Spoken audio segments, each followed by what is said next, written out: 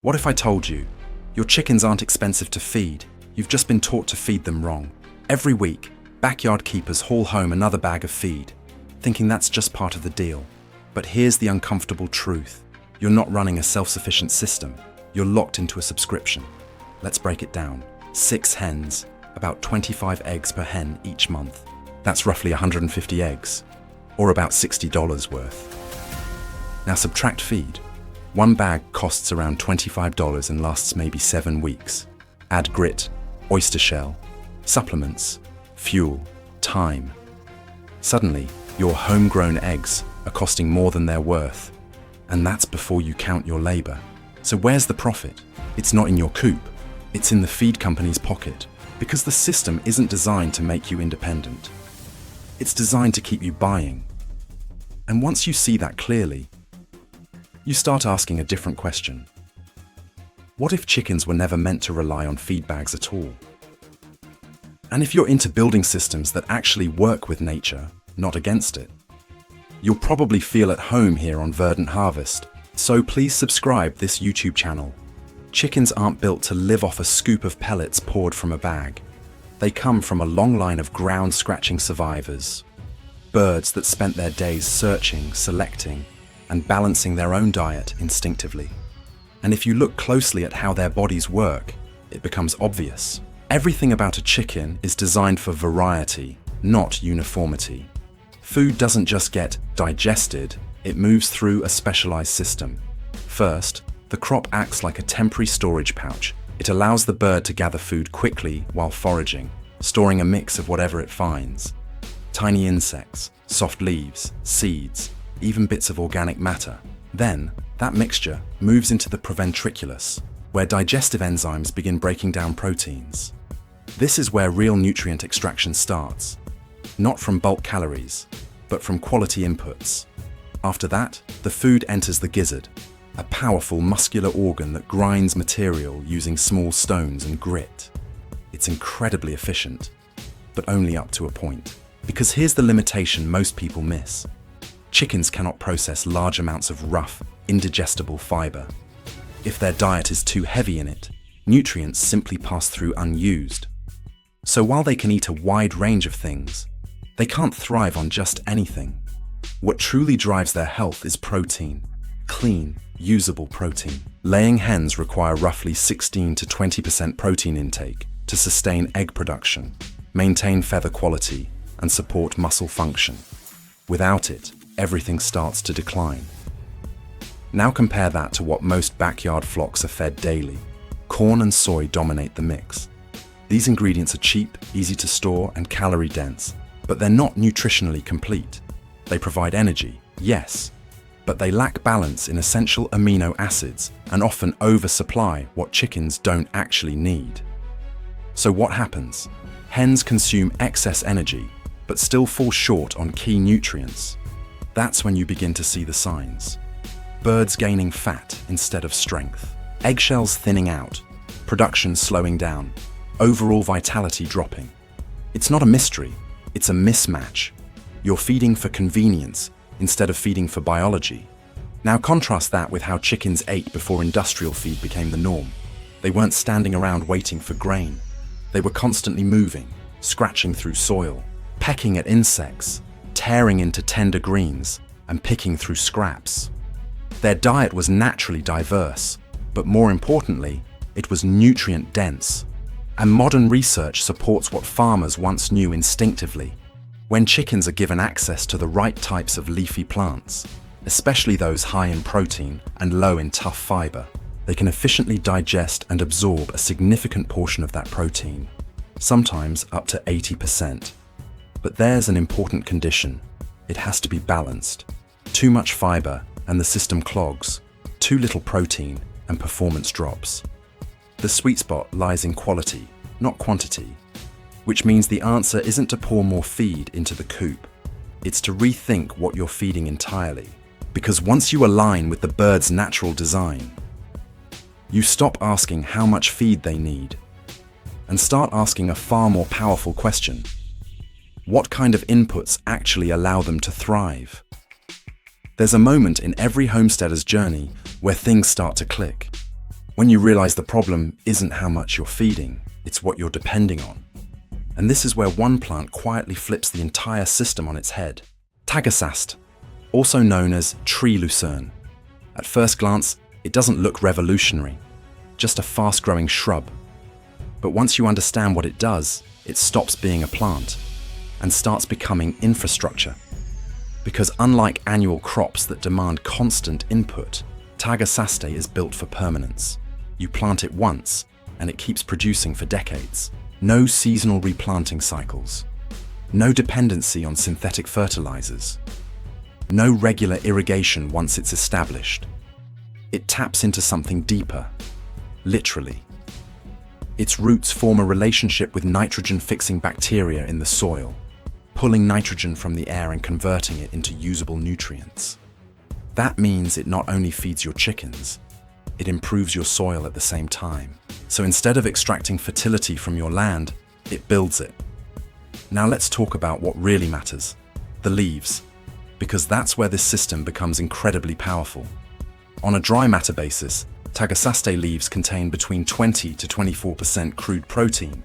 That's right in the same range as soybean meal, the backbone of commercial poultry feed. But instead of buying it in processed form, you're growing it directly on your land. And it doesn't stop there. A single mature plant can produce up to 50 kilograms of edible foliage every year. Think about that for a second.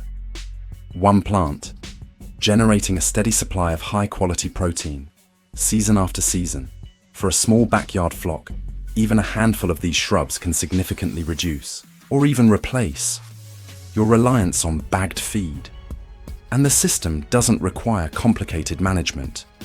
In fact, it works best when you keep it simple. Once the plant reaches around 6 feet in height, usually within its first year, it's ready for its first cut. You prune it back to about 2 feet above the ground. At that point, something interesting happens. Instead of weakening, the plant responds aggressively, sending out a surge of new shoots. These fresh shoots produce softer, more digestible leaves, exactly what your chickens prefer. Tender, nutrient-dense, high in usable protein. After a few months, it regrows fully, and you repeat the process, typically twice a year. This cycle can continue not just for a few seasons, but for decades. No fuel, no machinery, no recurring cost, just sunlight, soil biology, and time. And because it's perennial, it stabilizes your system. You're no longer starting from zero every season like you would with grains. You're building continuity, but here's where it's important to stay realistic.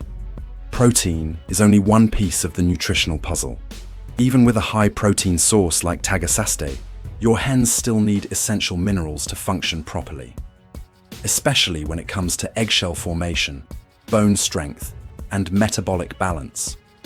Without enough calcium, potassium, and magnesium, production suffers no matter how much protein you provide. So while Tagasaste lays the foundation, it doesn't complete the system. To truly replace the feed bag, you need to stack functions. You need another layer, one that reaches deeper into the soil and pulls up what shallow-rooted plants can't access. And that's where the next plant steps in. A true mineral accumulator that turns the unseen layers of your usable nutrition. By now, the system is starting to take shape. You've solved protein with a perennial source. You've reduced dependence on grain. But chickens don't run on protein alone. There's another layer, one that often gets overlooked until problems show up. Minerals. This is where many backyard flocks quietly struggle. Eggshells become thin or brittle. Production dips. Birds look fine on the surface, but something is missing underneath. And most people respond the same way. They reach for supplements, oyster shells, mineral powders, packaged boosters. But what if those nutrients didn't need to be purchased at all? What if they could be grown and regenerated continuously? This is where comfrey, specifically the Bocking 14 variety, steps in. Comfrey isn't just another leafy plant. It functions more like a biological pump. Its roots don't stop a few inches below the surface like most garden plants. They drive deep, sometimes several feet, into layers of soil that typical crops never reach. Down there, it taps into stored minerals that have been locked away for years. Then it pulls them upward, concentrating them in its leaves. Every leaf becomes a nutrient package, rich in calcium for strong eggshells, loaded with potassium for metabolic function, balanced with magnesium for overall health. And unlike wild comfrey, which can spread aggressively, Bocking 14 is a sterile hybrid. It grows where you plant it and stays there. That makes it predictable, manageable, reliable. Once established, it becomes one of the most productive plants in your system. You can harvest it multiple times throughout the growing season. And here's a small but important detail. Fresh comfrey leaves are slightly tough and fibrous, but if you let them wilt for about a day, something changes. The texture softens, the bitterness fades, and suddenly, your chickens don't just eat it, they go after it aggressively. They'll strip the leaves down to the veins, instinctively taking in the minerals their bodies are craving. So now, you've covered two major pillars: protein from perennial foliage, minerals from deep-rooted plants. But there's still a critical gap, and it's one that plants alone can't fully fill. Methionine. This essential amino acid plays a direct role in feather formation, consistent egg production, immune system strength. Without enough of it, chickens can survive, but they won't thrive. This is why commercial feeds often rely on synthetic additives to fill that gap. But instead of buying isolated nutrients, you can introduce a natural process that produces it continuously. This is where the black soldier fly system becomes incredibly powerful. It's simple enough that almost anyone can set it up. Take a basic container, a bucket will do. Add kitchen scraps, vegetable peels, leftovers, organic waste. Then leave it alone. Nature takes over from there. Black soldier flies are naturally drawn to decomposing material. They arrive, lay eggs, and within days, larvae begin to develop. As they grow, something fascinating happens. They instinctively migrate upward, seeking dry areas to pupate. If your container is designed with small exit points, those larvae will crawl out on their own and drop directly into your chicken run. No handling, no harvesting, no effort. It becomes a self-feeding system. And nutritionally, these larvae are incredibly dense. They provide both protein and fat, but more importantly, they contain high levels of methionine, filling the exact gap that plant-based systems leave behind. So now, everything connects. Tagasaste delivers the protein base. Comfrey supplies essential minerals. Larvae complete the amino acid profile. What you're left with isn't just a feeding method, it's a closed-loop system, one that runs on scraps, sunlight, soil biology, and natural cycles. No dependency on packaged inputs, no repeated trips to the store, no ongoing costs tied to production. Just a system that feeds itself while feeding your flock. And yet, even with all of this in place, there's still one factor that can disrupt everything if it's ignored: energy. Because during extreme heat, when chickens eat less but need more support, your system needs one final layer to stay balanced.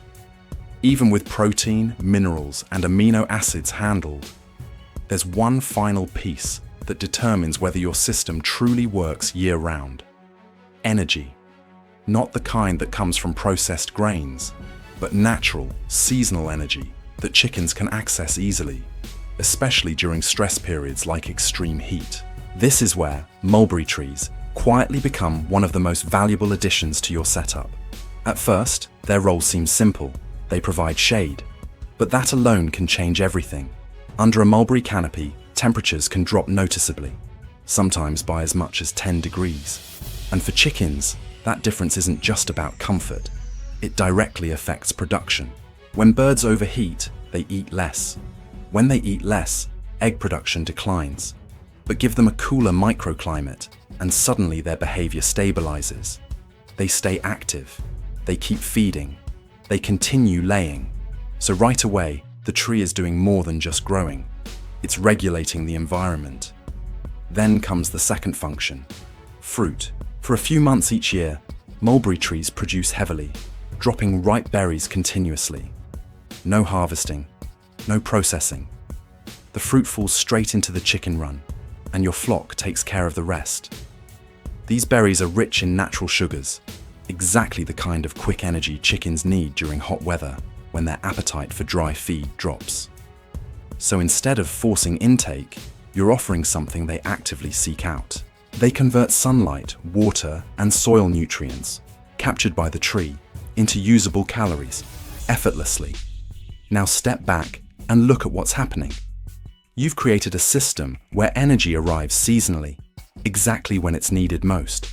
But what about the rest of the year?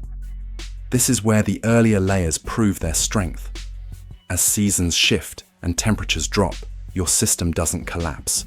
It transitions. Tagasaste, the same plant providing fresh protein in warmer months, can be harvested and preserved.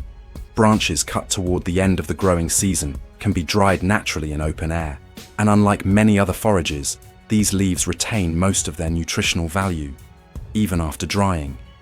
So what you're creating is essentially a form of tree hay, stored nutrition. When winter arrives and fresh growth slows down, you simply bring those dried branches back into the system. Your chickens strip the leaves just as eagerly as they would fresh ones, which means your feed supply doesn't disappear with the seasons. It carries forward. No emergency feed runs, no rationing, no sudden dependency. And once you see this full cycle in motion, something else becomes impossible to ignore: the difference in the eggs themselves. Because what chickens eat doesn't just affect their health, it directly shapes what ends up on your plate. Most people judge eggs by yolk color. Deep orange equals better quality, or so it seems. But in many commercial systems, that color is manufactured. Feed producers add plant-based pigments, like extracts from marigold or red peppers, to artificially deepen the yolk. It looks rich, it looks nutritious, but it's often just visual enhancement. The real story isn't in the color, it's in the composition.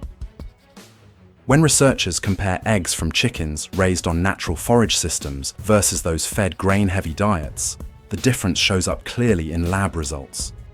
Omega fatty acid ratios shift dramatically, from heavily imbalanced levels toward a much healthier range.